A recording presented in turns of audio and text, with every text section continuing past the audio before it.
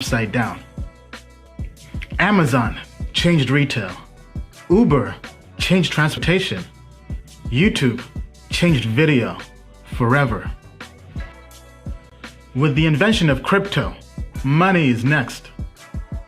At the speed technology is growing, the future of money and securities are digital. 9 out of 10 millennials do not trust banks. The value of money relies on trust. Government debt is higher than it's ever been before. Central banks continue to print money. Fortunately, the world has a new solution. Experts predict in 7 years, 10% of the world's economy will be in crypto-based assets. Today, 1 billion people have access to the financial industry.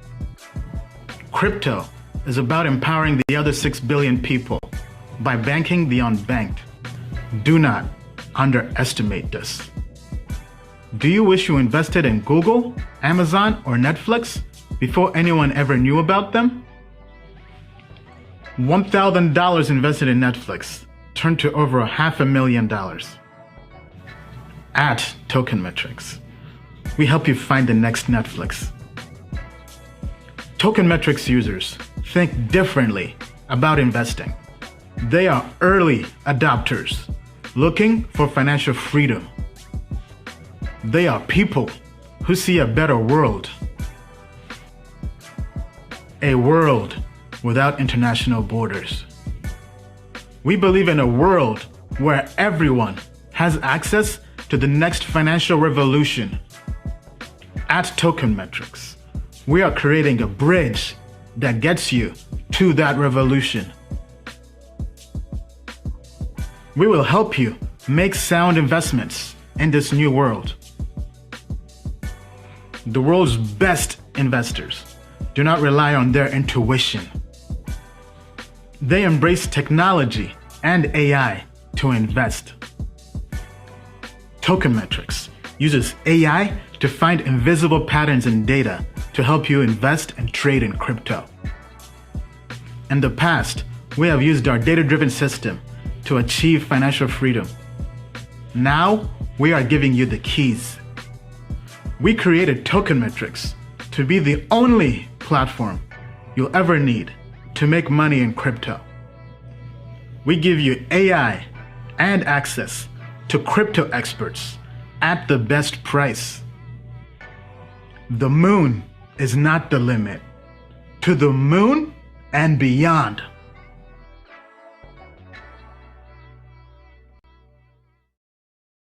Disclaimer. Token Metrics Media LLC does not provide individually tailored investment advice and does not take a subscriber's or anyone's personal circumstance into consideration when discussing investments, nor is it registered as an investment advisor or broker-dealer in any jurisdiction. Information contained herein is not an offer or solicitation to buy, hold, or sell any security. The Token Metrics team has advised and invested in many blockchain companies. A complete list of their advisory roles and current holdings can be viewed here at tokenmetrics.com/disclosures. All right. Hello, crypto family. Hope you're all doing well. We have the pleasure of being joined by Tor. I guess, what's your title now at Secret Network? Is it like president or like founder or something like that? I'm the founder of Secret Foundation. It's one of the many organizations that support Secret Network. So that's where I am at these days. All right. Welcome back. This is your second time on the show, I believe. That's a record, right? No. Oh, no. Well, I think, yeah, this is number 2 for you. But if we count Khan and who's the other guy? The other seat of Enigma prior to the whole. Oh, fork? Guy? Yeah. Yeah. So for those who don't know, I guess first kick things off by telling them about yourself. Who's Tor Bear? Yeah. Great question. So I'm Tor, as I said. I'm the founder of Secret Foundation. It's one of the entities in the Secret Network ecosystem. Secret Network is the first blockchain with privacy-preserving smart contracts that's been live on our mainnet since September of last year. But we're a pretty decentralized ecosystem. We have a lot of different independent organizations that contribute to the network. So there's Secret Foundation ourselves, but then there's also the Enigma development company. There's also Secret Nodes. There's Chain of Secrets. A lot of them are secret branded, but it's a very decentralized and powerful ecosystem as a result of that decentralization. We have tons of developers and node operators around the world who are helping contribute to the security of the network and also contributing at the application layer to hit our end goal of millions of users using privacy preserving applications in Web3. All right, awesome, awesome. So I recall you guys, or not you guys, but I guess you now as the head of this project. Can you explain the past relationship between Enigma and what's now Secret, and why there was a swap for those maybe who maybe recall you being with a different blockchain project? Yeah, this is all related to the exact same vision, which is around privacy preserving smart contracts. And the vision of Secret Network is actually even more expansive than the original Enigma vision, and I'll explain why. So in 2017, Enigma proposed this network that was going to be a layer 2 for Ethereum, that was going to be for private computation. And that vision was getting built out over time, over 2017, 2018, 2019. And then in 2020, at the beginning of 2020, the Enigma development company settled with the SEC over the initial token sale of what was ENG, which was the Enigma token at that time.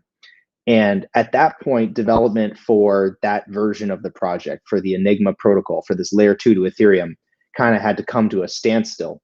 But at the same time, many members of that existing community, this privacy passionate community, got together and created this independent layer 1 network that was going to have privacy preserving smart contracts. And that became Secret Network. So Secret Network, the first mainnet was in February 2020. And in September 2020, this functionality for privacy preserving smart contract was added to mainnet. And that became the first layer 1 blockchain with that capability to launch.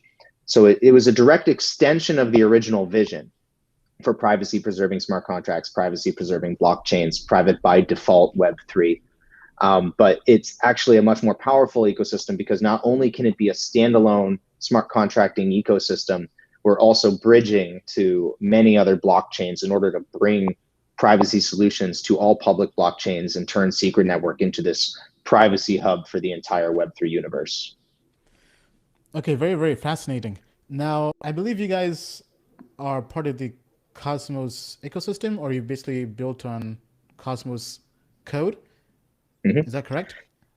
Yeah, so like a lot of the other blockchains, we're based on Tendermint consensus and the Cosmos SDK. So that includes chains like Terra, that includes chains like the Cosmos Hub itself. It includes things like Thorchain. So there's a lot of like the most valuable and most adopted networks in the world are based on Tendermint consensus. And what's really exciting about that is there's this vision in the Cosmos universe around interoperability, around the internet of blockchains, where all of these different blockchains will have different applications, different focuses, and they'll all talk to each other in a really like technologically sound way. And this is primarily done through something that's been developed now in the Cosmos ecosystem, IBC, the Inter-Blockchain Communication Protocol. And now we're starting to see the first Cosmos blockchains launching with IBC integrated, or existing blockchains beginning to integrate IBC. That's going to create a lot of awesome potential. You see this same vision of interoperability also like in the Polkadot ecosystem, even though that has a different structure, where it's like more of like a hub with spokes model, whereas in the Cosmos universe, there's a lot more sovereign chains and the connections are a lot more arbitrary. So it's a really exciting time to be in the Cosmos ecosystem. But I want to stress that like even though we've built in the Cosmos ecosystem, we touch every ecosystem. We're not standalone, just Secret Network, and we're not isolated to just Cosmos networks. Secret Network is the privacy hub for all blockchains. All right, awesome, awesome. So let's kind of speak to the roadmap. Anything interesting coming up you'd like to share with the community? Yeah, so the roadmap for a layer 1 network is kind of interesting, right? If it's a single application and you're just saying we're going to add this feature, we're going to add this partner, we're going to add this integration, the roadmap starts to look pretty obvious and pretty straightforward. But with Secret Network, because we're decentralized, because we're a layer 1 ecosystem, it's actually quite a bit more complicated. There's the improvements that are being made at the protocol level. There's the applications that are launching on top of the network. There's the primitives that are being built out for the network. And I can explain a little bit more about that. Then there's also the bridges that are being built between Secret and other ecosystems. So when I go into the roadmap for Secret Network, just understand that we're talking about every aspect of the ecosystem emerging. And each of these different aspects of the ecosystem might be being built by completely different development teams. It's not just one centralized dev company that builds everything for the network, just like there's not one centralized dev company that builds everything that goes on Ethereum. So with the understanding that, like, when we're talking about the Secret Network roadmap and the exciting things that are upcoming, it's a little bit like asking, like, what's the Ethereum roadmap? And there's so much experimentation happening. There's so many different contributors that it's not super possible to say it's going to look exactly like this. Here's how it's going to turn out. But I can point to what I think are the most exciting things that are currently happening in the Secret Network ecosystem and talk about the teams that are responsible for those. All right, awesome. So actually, I've pulled up, this is one of your explorers. So Yep. maybe kind of walk through people.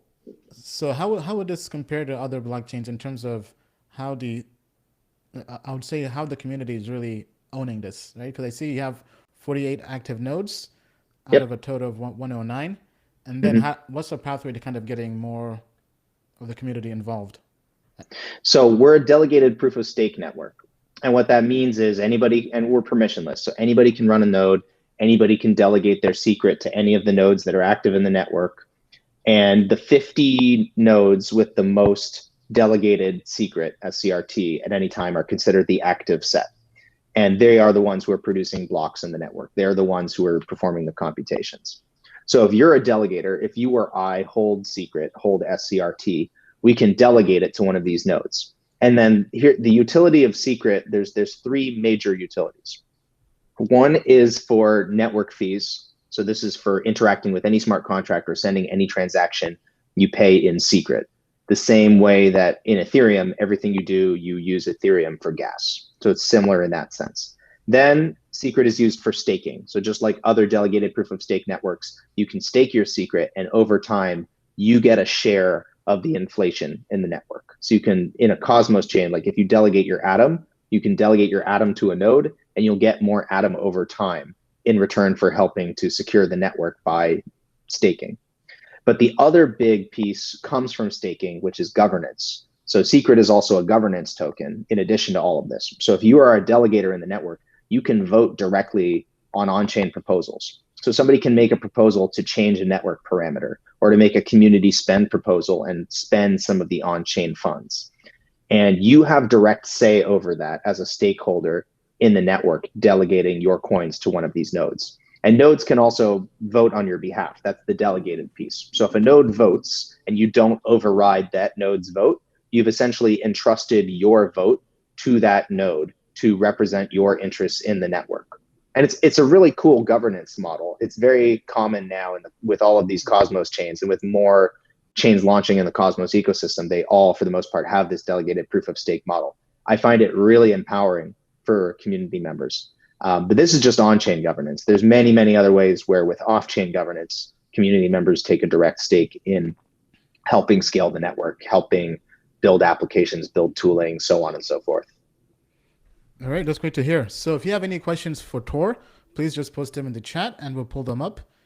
Now, one question I have, so basically private smart contracts, are you trying to, in a way, kind of compete with regular smart contract blockchains and by believing in privacy being that valuable? Because I feel like in crypto, privacy has been talked about a lot, but in terms of people actually voting with their actions, they just go degen coins, basically, right? As opposed to actual privacy. Right. Well, I have a lot of thoughts about that, obviously. So first of all, most people think of privacy in blockchain and they think of Zcash, they think of Monero, they think of transactional privacy. And the reason they think about that is because these are the privacy coins that have existed to date. This is all you could do. And transactional privacy just says, if you want to send value from one place to another, and you want that to happen, and the amount is encrypted, or the receiver is encrypted, or the sender is encrypted, this was possible to some extent with some security trade-offs with these transactional privacy coins. But that's all that is giving you. It's just giving you the ability to transact privately. What Secret Network does is far more expansive and completely different by giving you computational privacy, or what we call programmable privacy, which is saying that for any smart contract, not just for a transaction, right? The same way that Ethereum extended what was possible with blockchains, like Bitcoin was not a smart contracting platform, but Ethereum is. So we're extending what's possible with existing smart contract platforms by also saying, now what you do with it, like the privacy features, the data privacy on the blockchain is also programmable. That's different because with existing smart contract blockchains, everybody has the same model, which is public by default. And public by default means as a user, as a developer, you do not have a choice about what is public and what is private. Every aspect of your application needs to be public. Public by default means once something is public, you don't then get to go back and make it private again. It doesn't work in that direction, right? That's the same way that all encryption works. You don't get to like put the genie back in the bottle. That's the big drawback of public by default blockchains when you're trying to build these very complex applications for decentralized finance or NFTs or access control or anything else that you'd be trying to do with a blockchain effectively, anything more complex than just sending value from point A to point B. The design space is heavily restricted because public by default was the only model. So we're introducing this private by default model because with private by default, everything stays privacy preserving until you say, I want to reveal this to somebody else. And when you do that, when you finally say, I'm ready to reveal this to somebody else, then yes, it's public. But you could do it in such a way where it's only public to that other party under a certain circumstance, like for these access control use cases that are going to be very popular with Secret Network. That's one of the key things that you get from the network. And there's a lot of other benefits to privacy as well when it comes to the usability of applications, the security of applications. But my easy response to anybody who says, like, if privacy is so important, why aren't people valuing it more? And the reason is because to this point, the only thing that was private in the blockchain space were these like very narrow privacy coins where your anonymity set was just everybody else who was using these privacy coins and all you could do was send value around. But with programmable privacy, with private smart contracts, that's very meaningfully different from everything that's come before. And it's only existed with Secret Network. So we haven't even begun to see the type of experimentation that's going to be possible with a private by default smart contracting platform. And I think that when people really come to understand what types of unique applications can be built with that design model, then you're going to see an explosion in experimentation, because privacy for smart contracts is a need to have. Privacy for transactions may end up being a nice to have. But when it comes to actually building things in Web3 that aren't just sending value from point A to point B, you need data privacy to make those things scale, make them secure, and make them usable. Okay, awesome. Now, how would you say you compare to other competing products in the space that are trying to do the same thing in terms of privacy smart contracts, privacy blockchains? Can you kind of speak on that?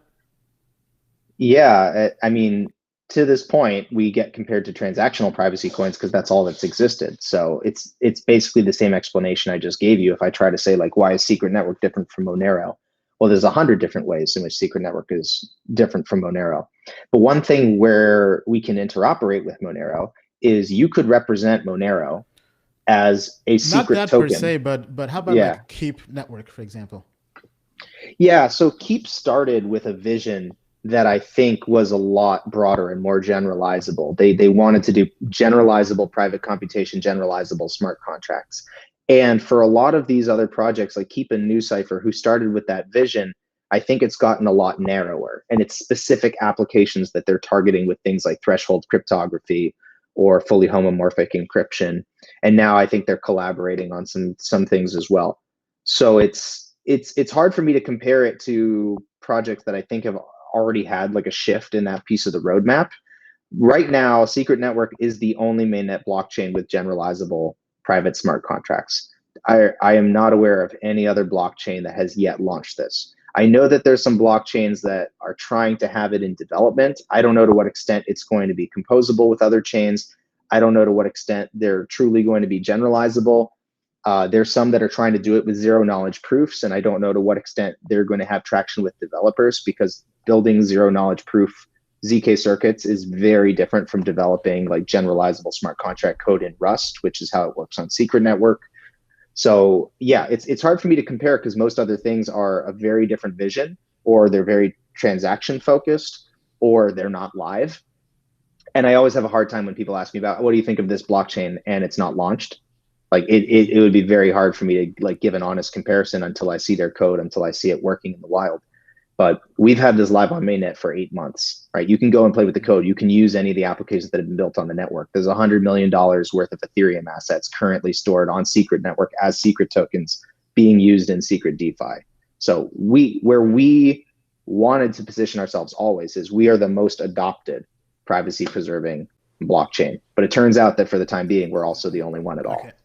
And actually, so speaking of that, what would happen if Ethereum would adopt privacy, right? Because I know that lots of other projects in the Ethereum space that are looking to add private transactions, private computing, right? Mm-hmm. So why would a developer want to go to a totally different chain as opposed to sticking into the large, vast Ethereum ecosystem?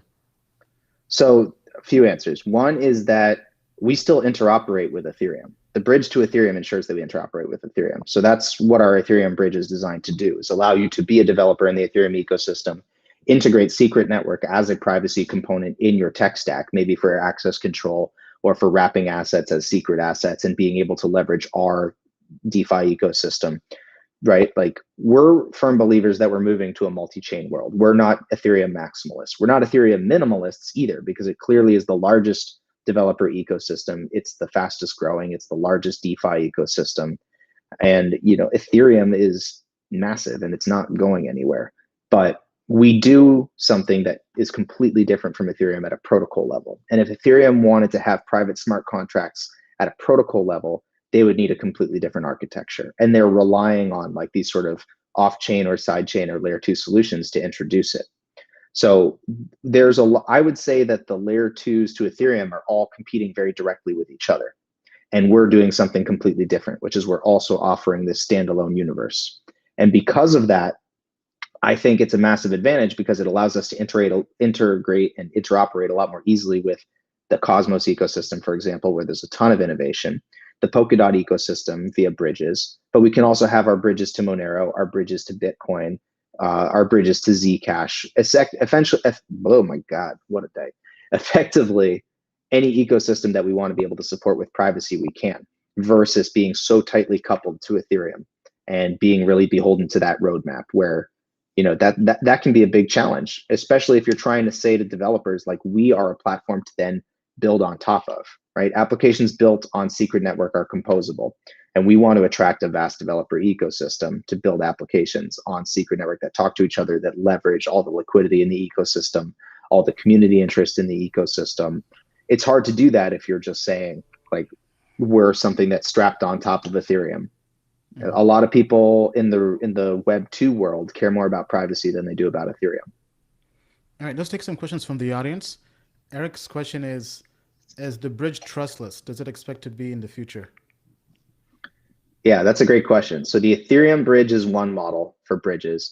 There's going to be multiple bridges in the Secret Network ecosystem. They'll all probably have different trust models depending on what the other protocol is. Right now, the bridge is not what I would consider trustless. It's not trust minimized, I think, is a fairer term. I don't think anything in the blockchain space is fairly referred to as trustless, but I think it is fair to refer to like designs as trust minimized.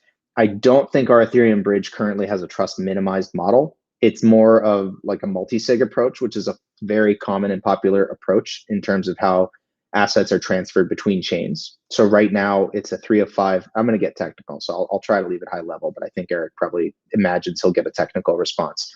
It's a 3 of 5 multi-sig model where assets are locked in the bridge contract on Ethereum, and the synthetic secret tokens are minted on Secret Network. And these are fully privacy preserving versions of those assets. And when you take those assets back over the bridge to Ethereum, the synthetic asset is destroyed and the original asset is returned. So what you could do is take ETH and send your ETH over the bridge and turn it into a secret Ethereum token on Secret Network. And now you have this representation of Ethereum on Secret Network that you can always send back over the bridge and turn back into ETH to a fresh address if you wanted. But what would be more interesting to do is send your Ethereum over the bridge, take it to Secret Swap or any of the AMMs that are built on Secret Network, and turn it into a different asset entirely. So trade your secret Ethereum for secret USDT, let's say. And now you have secret USDT, which is a privacy preserving version of USDT. You send that back over the bridge to a new address in the form of USDT. So you entered the network with secret Ethereum, you've left the network with secret USDT, and it turns back into regular USDT back on the Ethereum side. So you're getting privacy not only for the asset that you're bringing into the secret ecosystem, but you're also getting the liquidity of the secret ecosystem. So you're kind of sharing privacy across all of the different assets in the ecosystem, not just pool by pool, not just an anonymity set for ETH, not just an anonymity set for USDT, just an anonymity set for Uni. Like you get it across all assets in the ecosystem. And the more bridges we build and the more liquidity that we get into the network, the more valuable that is to users of the network and users of these bridges. But yeah, back to the original question, that's the existing trust model. We're looking to build more trust minimized bridges. This is a big focus of community development. And at the same time, I find that like a lot of the most popular bridges and the most popular asset wrapping protocols have a much more centralized trust model than that. And they seem to get a lot of adoption. Our focus is really more on the privacy and security guarantees once you're inside Secret Network. And then we're going to work to ensure that the bridges themselves are equally secure and trustless. And that's progressive decentralization. That's progressive trust minimization. All right, awesome. Next question from Niall. What are the typical use cases you envision with the privacy component that makes this project? Okay, he can't talk about investing, but let's speak to the use cases developers or just even users would use this project for. Yeah. Right now, in the entire blockchain Web3 space, you can see two main verticals that are getting tons of adoption. One is DeFi, one is NFTs. That's not really an accident. And rather than reinvent the wheel and say, we think blockchains should also do 20 other different things. And with Secret Network, they can, right? With programmable privacy, it does unlock a bunch of different applications. I'll focus just on what this unlocks for DeFi and just on what this would unlock for NFTs, because these are massive, like billions of dollar verticals already in the blockchain space. And just by adding programmable privacy to these verticals, you already unlock a ton of value. So for DeFi specifically, Secret Swap is the first AMM that launched in the Secret Network universe. It launched in February, and the governance token for Secret Swap, CFI, just launched at the end of March.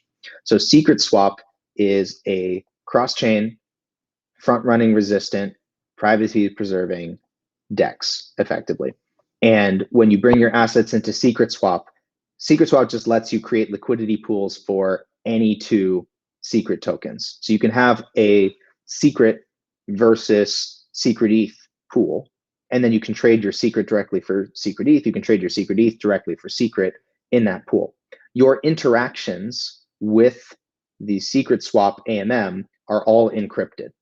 So it's front-running resistant because even the miners themselves that are processing the transactions with the AMM cannot see that transaction as it's happening. It is hidden from them. So we're completely eliminating most of miner extractable value, most of this front-running risk for users. And then there's also this cross-chain component where, because we're offering all these different bridges, we're trying to bridge to Binance Smart Chain and all these Cosmos chains. As you bring those assets into the ecosystem, you don't just have access to ETH assets, you have access to all of these assets on Secret Network. Whatever there's a liquidity pool for, you have access to. So that's a really cool feature of Secret Swap in particular. But what's great about Secret Swap is it's not going to be the only AMM on Secret Network. There's actually a project right now called Sienna Network, which is their own independent team that have also built an AMM on Secret Network that has a completely different design, but leverages the same bridges. And they also have a native governance token. So this is kind of like how there's Uniswap and SushiSwap and a bunch of different AMMs in the Ethereum ecosystem. On Secret Network, all of these AMMs give you the same privacy guarantees, the same front-running resistance, because they're getting it at a protocol level. But they share liquidity. You could have a liquidity aggregator across all of these different AMMs on Secret Network. That's super exciting. But what's even more exciting is that Siena's also planning to go past the AMM and build a lending protocol. So now you have privacy preserving lending on Secret Network, where you can be using any of these secret tokens as collateral inside of lending, get leverage on those tokens, use them inside the AMMs, right? Or use them inside some sort of privacy preserving credit scoring protocol, so you can do under collateralized lending instead of over collateralized lending. So there's all these crazy applications you can build, all composable, all privacy preserving and front running resistant by design on Secret Network. So the DeFi ecosystem really excites me. With all that said, I actually think secret NFTs are even more exciting. But if you want to talk about secret DeFi a little bit more, I can, but I definitely No, want to say a few words about secret NFTs. Yeah, absolutely. Let's pivot to NFTs. So secret NFTs, if anybody here is dealing with NFTs, collecting NFTs, like that's awesome. I think it's great. I'm a musician. I love art-focused use cases and creator-focused use cases in the Web3 world. There's a massive problem for creators in the Web3 world, though, and it's this public by default model. With a public by default model, the things that you create in the Web3 world, there's really no good monetization model, because as soon as you put it on the blockchain, it's public to everybody. And all of these access control solutions that get built on Ethereum are super, super hacky. And they have to be hacky because that's what public by default means. I'm going to use an analogy that I've used before on podcasts, but it really helps to explain the public versus private by default model. The public by default model is like if you decided to brush your teeth by taking a tube of toothpaste, putting all of the toothpaste on your counter, and then taking your toothbrush, selecting some of the toothpaste, brushing your teeth with it, and then putting it back. The private by default model means you have a tube of toothpaste, and when you want to brush your teeth, you squeeze a little bit out of the tube, and you brush your teeth with it, and then you spit it out, and the rest of the toothpaste is still in the tube. You can pretty quickly see why the public by default model is the stupid way to do it if you're trying to like minimize the exposure of toothpaste all over your bathroom counter. Like, this is clearly not the sanitary way to do it. But if you think about it from a data perspective, it's clearly not the sanitary way to do it from a data perspective either. The public by default meaning everything you've ever done with the blockchain, public to everybody else. If you're an NFT collector and you collect an NFT, a rare NFT, into an address, that address is basically burned forever. As soon as somebody knows that you are the owner of that NFT publicly and they can associate ownership of that NFT back to that address, that's it. So any question of pseudonymity or anonymity in the crypto space is immediately eliminated. And that's a huge security risk for users, not only just like a privacy risk, but I'm really concerned about user security, user sustainability. So secret NFTs give you private ownership by default, right? It's just like a secret token. Like, secret tokens that I've talked about so far are all fungible tokens, right? They represent fungible assets in other ecosystems. But secret NFTs are secret non-fungible tokens, but they still have the same privacy preserving qualities. And when you interact with them, you have privacy. So your ownership of that NFT is private. Your interaction with that NFT is private. But if you choose to reveal something about your ownership with that NFT, now you're making something public about your ownership of that NFT when you choose to do it. You consent to revealing something about that. That's better than like the always model, because in the real world, you don't walk around with a list of all of your assets strapped to your chest and a list of your bank account history strapped to your chest. In the blockchain space, we do, and we think it's okay. But for real world adoption of this stuff, for it to be any more than a game or like a speculative circus, this is something that needs to exist. But that's not even the most interesting thing about secret NFTs. The most interesting thing is that secret NFTs have a combination of public and private metadata. So private and public metadata together means you can also have NFTs with hidden attributes. So you can have, for example, an NFT where before you purchase it or before you interact with it, you can't see some of its properties. And after you purchase it, after you interact with it, you do see them. You can effectively unwrap it. So this is a really, really cool functionality for if you are building anything gaming related, if you have like unlockable content as a creator, or if you're building like composable NFTs or evolvable NFTs and they need to have these complex components. I think that this is like just so unlocks so many cool use cases in blockchain gaming. And I think permissionless gaming is going to be a massive vertical, probably the massive next vertical after DeFi and just collecting to take off, because it's so interactive. And you can already see like hundreds of millions of users around the globe deep into their games, purchasing billions of dollars in in-game assets. But they might be reluctant to do the same thing in a perfectly open Web3 universe because of the lack of privacy. So I actually think we're going to see super, super cool privacy by default use cases emerge for NFTs in gaming, not just digital art. But I also love how private ownership unlocks new monetization models for creators in the blockchain space. And as a creator, I care about that because I don't want to just put my shit on a blockchain. I want to make money, just like everybody else. So yeah, I get passionate about that part. I think that's really cool. All right, awesome. So if you have any questions for Tor regarding the project, please just post the questions in the chat and we'll bring them up on stage. So is there anything we haven't touched on that you think is worth bringing up regarding the project or just in general with the whole crypto space? Ooh, the whole crypto space. Well, regarding the project, I think the most interesting thing about the project is how engaged the community is. And if you haven't met a secret agent, chances are you have, and you Wait, just didn't they're know. called secret agents. That's their name. Oh yeah, of course. You have the Link Marines, and then you have the Mhm. secret agents. But it's an amazing, amazing group of people. Like you could count everyone in our community as a secret agent. We have a large community. You know, we have like something like 80,000 Twitter followers and 10,000 people in our Discord and 10,000 people in the Telegram and things like that. But we also have community committees, and these committees are led by community members who put together projects on behalf of the ecosystem. We have an awareness committee that helps like getting the word out about secret products. We have an education committee that produces educational materials. We have a developer committee that works on developer focused materials and helps onboard devs to the network. We have an infrastructure committee that works on best practices for node operators. So we've got hundreds of people, secret agents, like official secret agents, that contribute to these committees and show up to our calls. There's a once weekly call for each committee that anybody can attend. It's all public on our Discord. So if you're kind of around the edges of the project and you're just like, man, I wish there were more projects that I could contribute to, but maybe I'm not a developer. I think Secret is actually one of the most accessible ecosystems, which is ironic for a privacy project. But if you think about our mission, it's actually exactly on brand. We have one of the most accessible and empowering community ecosystems in the blockchain space.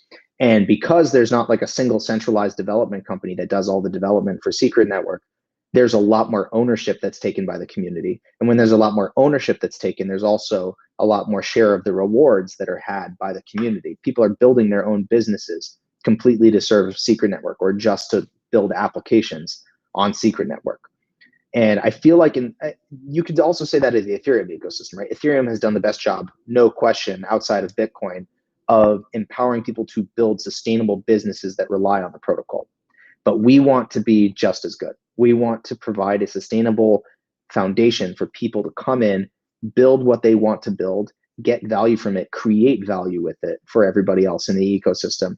And we don't want it to be like you're now a brand ambassador for like one dev shop, right? And you're just kind of like a cheerleader for the project. There's tons of those projects, and it's cool and it's fun to root for Justin Sun and things like that. But that's not who we are. So for people who are like really looking to empower themselves and become contributors in an ecosystem and get some of that value back, the secret ecosystem is where you want to be. And it's my job, it's the foundation's job specifically to empower the community and resource them so they can create this value and take some of it for themselves and have ownership of this network, not just kind of stand on the sidelines while they cheer for a number to go up or for like a main net to drop. Like you can do something and you can be a part of what's getting built in the ecosystem.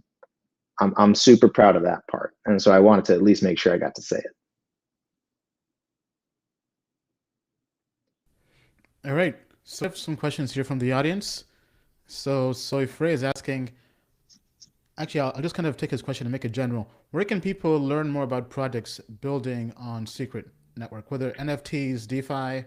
Is there a website or platform where everything is listed? Yeah, our main website is scrt.network, which is an open source website that the community maintains. And there's a big version 2 release coming for the website coming next month, where everything's going to get redone. But that's where most of the information about the project, what's getting built, what's being written is done. I would say your best resource is the blog. So if you go to scrt.network/blog, we have like 2-3 posts a week about what's getting built in the network. I should also say that we have a $70 million grant program. So if you want to get a grant to build something on the network, those are available. We actually just announced today, if you want to scroll down past the featured section, and then we'll click on the first blog post you see. Yeah, that red one announcing Secret Fellows. If you're a developer for any reason and you want to get paid to build dApps on Secret Network, even though you don't know what you want to build yet, we're basically paying developers to come into the ecosystem, learn to build secret dApps, and then deploy them on the network. We already have people who have done token sales for tokens that were issued on the network. Like Sienna is doing their token sale right now, and Sienna is a secret token that's native to Secret Network. And people are going to issue their own secret NFTs on Secret. Like you'll be able to launch your own NFTs, you'll be able to sell them, you'll be able to collect them, trade them. So you're listening to this right now, you're an early adopter. Like you would be one of the first to create these NFTs because we just launched the reference implementation for NFTs a week ago about. It was the first grant we funded in the network was to build the secret NFT standard, and only now has it gone live. So we're just seeing this first project start to emerge. We just had Secret Heroes at ETH Global win a prize for their work on an NFT-based game that's built on Secret Network, and that's going to go live really soon. So definitely this is the time if you want to build stuff because you're early, and you know how it is to be first, right? The first NFT projects on Ethereum was like, CryptoPunks, and those are doing pretty good. I think that people who are early adopters of Secret DeFi and Secret NFTs are also going to find themselves really happy in a couple of years. And there's a lot of people who see the space right now as maybe a little bit overheated, and maybe it is, but it's not going anywhere. And we're building to be sustainable. Who knows if this is going to like turn into, many multiples of what we already see today. Maybe it's just a straight line up from here, or maybe there's a pullback and then another wave, and who knows? We're going to be here in any event. Like we're trying to build an extremely sustainable network, and we think that privacy is critical to sustainability. So where you see other things kind of like overshoot, collapse, we're working to like do that slow burn. So anybody listening who wants to learn more about the network, go to those places I said. Also twitter.com/secret network. And if you want to join the community, come to chat.scrt.network. That's our Discord. That's where all the secret agents hang out. That's where the committees do their work. That's where most of the devs are. That's where all the nodes are. That's where I am. So look for me. And yeah, I could go on, man, but I think it's just so exciting to be able to see so many new people coming into the space because they all have a very, very different vision than they did in 2017. I think the people coming in 2021 want to build. All right, awesome. So let's wrap things up. If you enjoyed this live stream, please smash the like button, subscribe, and share this with your friends in crypto, with your crypto family. Okay, so lots of people are still basically putting you guys in the same box as Monero, as Ren, as anything privacy, right? Yeah, so I guess I'm used to it. If you could answer that one last time, I guess, Yep. How do you envision being totally different from all those projects? Well, Besides being just smart contracts. I know. It's tough because it's not something that's existed as a paradigm in the blockchain space. So you have to wrap your mind around a totally new concept. Everybody comes to Ethereum or Binance Smart Chain and they look at a block explorer and literally everything is public. And they don't realize when they're getting started that they don't have any choice about what's public and what's not. And the application developers don't have any choice about what's public or what's not. They have to make it all public or they have to centralize it. That's kind of how it works. So for the people who kind of missed the early part of that explanation, Monero is just this transfer of value privacy, just transactional privacy. But that's not enough. That it's not enough to build Web3 to just say we can send something privately to somebody else. That would have been like saying like Bitcoin is the end of innovation for cryptocurrencies. We don't need a smart contract platform. We don't need to be able to program the transfer of money, right? If we say all we need for privacy purposes is the ability to transfer money. No, we need privacy for generalizable, general purpose smart contracts. And we haven't even begun to scratch the surface of what's possible to build with that because there's never been a project like this. So people keep asking, like, how are you going to differentiate yourself from Monero, from Zcash, from this? They are not going to differentiate themselves from each other. Like, we're already differentiated. The only thing that we're struggling on is helping people understand the ways in which we're differentiated. And the only way you can understand, probably best, is to start using it for yourself. So if you're still confused about how this is different from Monero, or how this might be different from Zcash or any of these other like privacy coins that are like privacy coins that do transactional privacy, you got to start using Secret Network. You got to use Secret Swap. You got to use any of these applications, and you'll see immediately the difference in this ecosystem versus any other. And like, I don't blame you for asking the questions. Obviously, nothing. If you're looking at something totally new, you have to try to slot it into something you're already familiar with. You try to make an analogy. But the analogy that I would use, if you want to make it simple, is if you could combine the privacy protections of a Monero, but the programmability of a smart contracting platform like Ethereum, you would get something totally new, and it would look like Secret Network. That's what we built. All right. Thank you so much, Tor. So with that being said, that concludes the interview. So if you have any questions regarding the project, check out the website, the blog. Once again, this is not financial advice or do your own research. Investing in and holding cryptocurrencies can be risky. With that being said, thank you so much, Tor, and we wish you the best. Take care. Thank you, brother. It's good to talk as always. Likewise. Thank you all, Crypto family. Bye.